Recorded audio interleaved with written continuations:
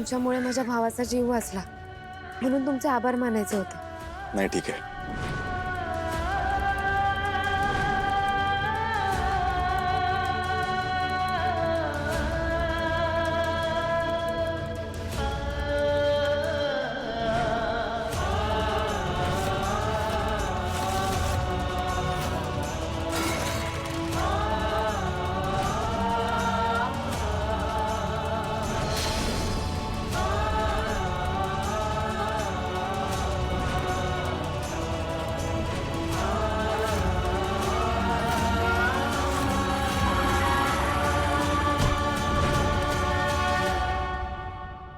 सावली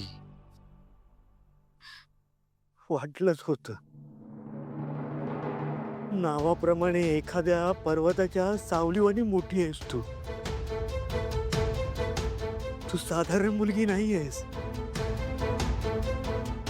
ते आयुष्य तुझ्या वाट्याला आलंय आणि ज्या हिमतीनं तू त्या आयुष्याबरोबर लढायला लागलेस हे बघून मला तुझा अभिमान वाटतोय. पण एक सांगू, तुला जर माघारी जायचं असेल तर ठीक आहे, पण तुला इथं राहायचं असेल तर कुशाल आमच्या बरोबर राहू शकतेस. वैभुरी,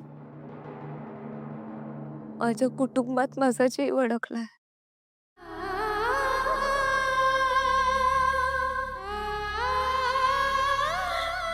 माझे आई बाबा, माझा दादा वहिनी, माझा अप्पू,